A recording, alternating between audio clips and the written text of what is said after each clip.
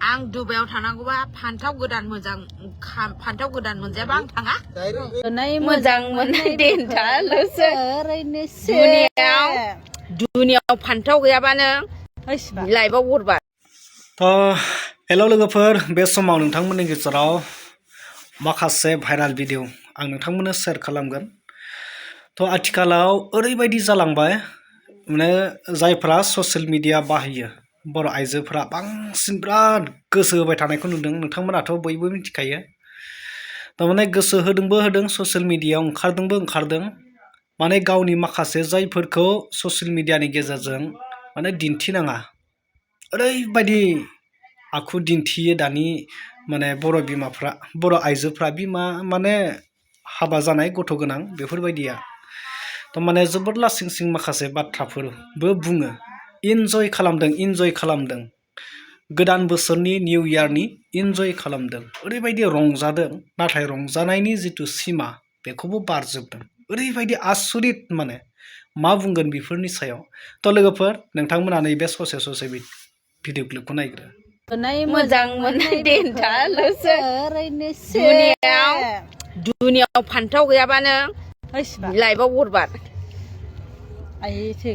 Happy new year लोगोफोर। मा लिरदोंथाय आं मिथिला।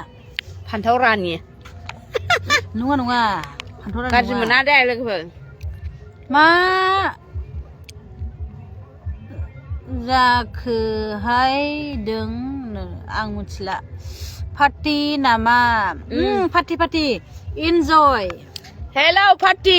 मोजां मोननाय गोसो थोनाय बेफोरलाय ओरैनोसो। देखा उदलै सना।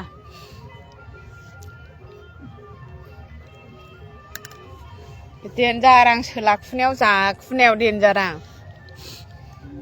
मोजां मोननाय गोसो थोनाय बेफोरलाय ओरैनोसो।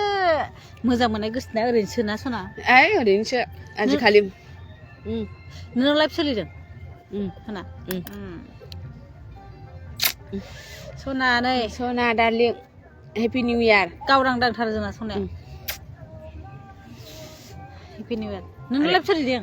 ओरैनो life. Happy new year darling. Happy new year. I love you. आजिखालि हिनजावजों हिनजावबो लाजायो। लाजोबगोन ना लाया आंखौ? लायो। Happy new year. गाया नोंनि गुलु गुलु बानो फुल इन्जय लागाव। हेपि इन्जय। साख्रि गैया बाख्रि गैया, नोंखौ गोसो थोनानै आं नोंखौनो फिनानै दङ आङो। मानो आंखौ दुखु होदों नोंखौ मोजां मोना गोसो थोदों, आंखौ मानो दुखु होदों, नोंखौ गोसो थोदों मोना। गाना जाना जाया आं मिथिला। जादों। हेपि निउ इयारनि गानालाय जाखायोना? गाना जायाखै। हेपि निउ इयारनि गाना जायोना जाया? हेलौ लोगोफोर, फैद'। आं बिराद गोबावसो भिडिअ लाबाय। हेपि निउ इयारनि गाना जादोंना ओरै गोसो गोरबोआव गोसो थोलायनाय, मोजां मोनलायनाय नोंखौनो रजे। ओइ ससमा फाग्ला मैयासो 15। हेलौ हेपि निउ इयार सनाफोर। 1500नि गग्ल'सो लाबाय 2000नि बाला। 1500नि गग्ल'सादां गाख्रिना गाबोन 5000 लायगोन। 5000? बे 1500निखौ गिबाय नोङो खन्था? गोरिब मानसि गिनांगौ जायो। मा गोरिब मानसि बिलाय? आं जाबाय गोरिब मानसि। गोरिबजों खोथा गैया। 500 थाखाबाबो आं गियोलै बाला। मानो? आं गियो। दानो बे अन्थायाव देख्रेबहैगोन आं ससमाखौ बाल। 500 थाखा आंनि बेयो 2000। ओमफ्राय बियो आंनि ससमाखौ गाख्रेबनो। गाख्रेबजाया। गाख्रेबनानै आं दानो आंनो 10,000नि आं बायना होगोन। नाङा? नांगौबा आं दानो देख्रेबना होगोन नोंनि ससमाखौ। नाङा सना, नाङा। नाङा? ओहो नाङा। दे आं गाख्रेबना दोन, बेयाव दलद दोन, आं गाख्रेबना। नाङा। मानो? नाङा।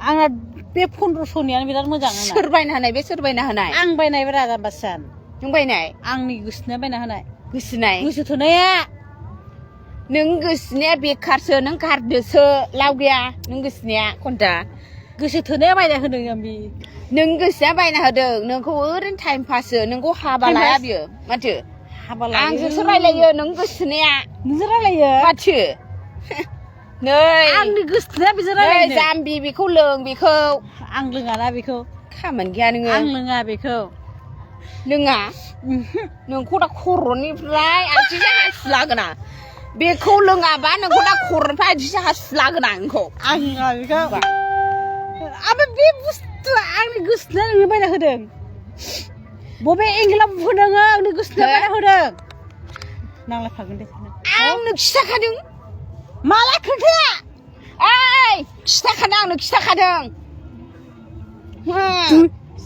2000नि आंनि गोसोना बायना होदों नोंनो माला खोन्थाया आंनो खिथादों आं सासे हिनजावखौ मोजां मोनो आं बेनो ससमा बायना होदों होनना नोंनिनो लोगो होननानै बुंदों आंखौ आंनि मोजां मोननाया आंखौ नों मोजां मोनो नोंखौ बोरै बुंखो नों बायदि बुरै मानसिखौ बुरैबाबो गावबा गाव मोनसे सइस थायो नोंगौ नोंनि ससमाखौ दलद दोन औ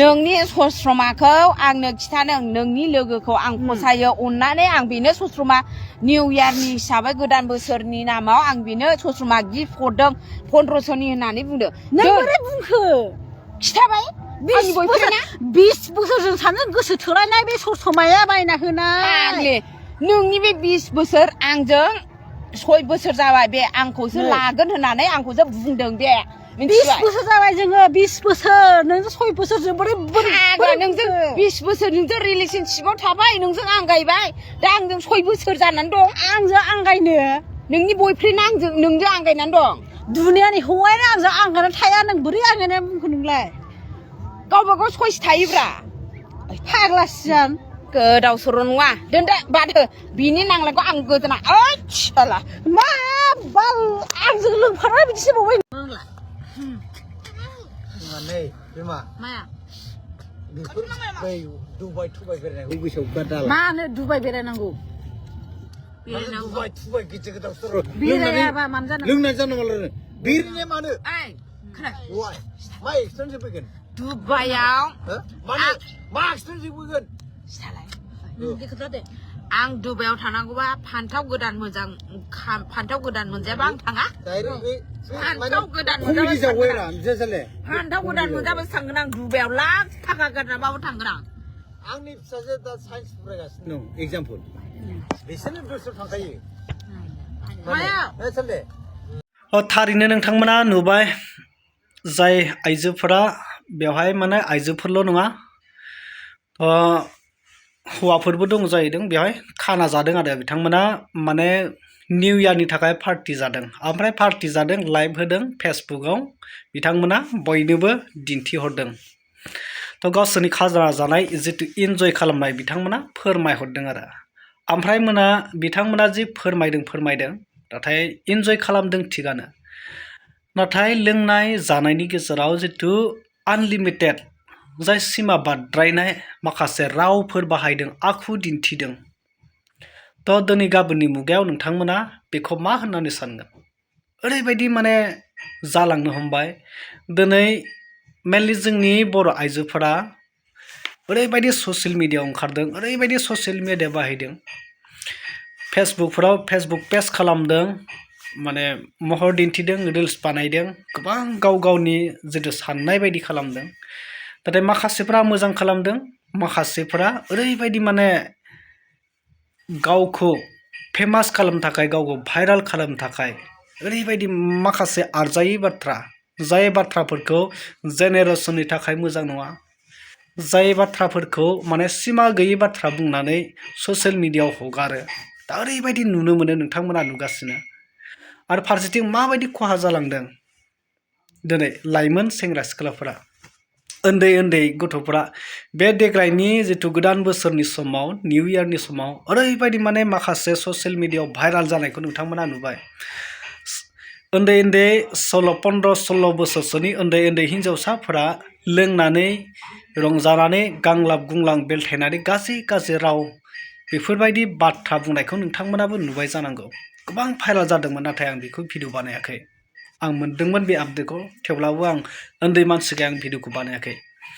नाथाय जायफोरा दिनै बिमाफोर, बिसोरो बिमा, नोंथांमोना बिसोरनि पेजखौ नायखायो जानांगौ, मिथिखायो। आरो बिथांमोननि पेजआव थांनानै नायोब्ला नोंथांमोना मोनसेबो टपिक, मोनसेबो कन्टेन्ट मोजां नुवा। ओरैबायदि माने भाइराल कन्टेन्ट, गावसोरखौ माने फेमास खालामनो थाखाय आरो बेयाव आर्निं खालामनो थाखाय, भिउसनि थाखायनो बिथांमोना गावनि माखासे सिमा गैयै बाथ्राफोरखौ ओरैबायदि बाहायो। फिउचाराव मा जागोन जोंनि लाइमोनफोरा? दा बेफोरबायदि नुनानै दिनै गाबोन ससियेल मिडियायाव माबा मोनसे मोजां कन्टेन्ट लानानै क्रिएटर जानो सानब्लाबो जानो हाया। मानि थाखाय? अलरेडि बैसोरनियाव थांजोबो माने अडियन्सफोरा, जायफोरा गाज्रि कन्टेन्ट खालामनानै, भाइरेल कन्टेन्ट खालामनानै माने आपल'ड खालामो, क्रिएट खालामो, दा बैसोरनियाव माने अडियन्सआ थांजोबो। आरो जायफोरा मोजां टपिक कन्टेन्ट लानानै भिडिअ बानायगोन, बिथांमोननियाव भिउस फैया आरो आर्निंबो जाया, ग्र'बो जाया। दा बेखायनो बयबो भाइराल खालामनो नाजायोसै दिनै गाबोन, खालि भाइराल, खालि गाज्रि खालामनो नाजायोसै। अब्ला नोंथांमोना बैसोरनि सायाव मा बुंगोन? बैसोरबायदि आइजोनि सायाव दिनै लोंनानै ससियेल मिडियायाव बेफोरबायदि आरजायै बाथ्रा बुंनाया, सासे बिमा जानानै फोरमायदो कमेन्ट खालामनानै।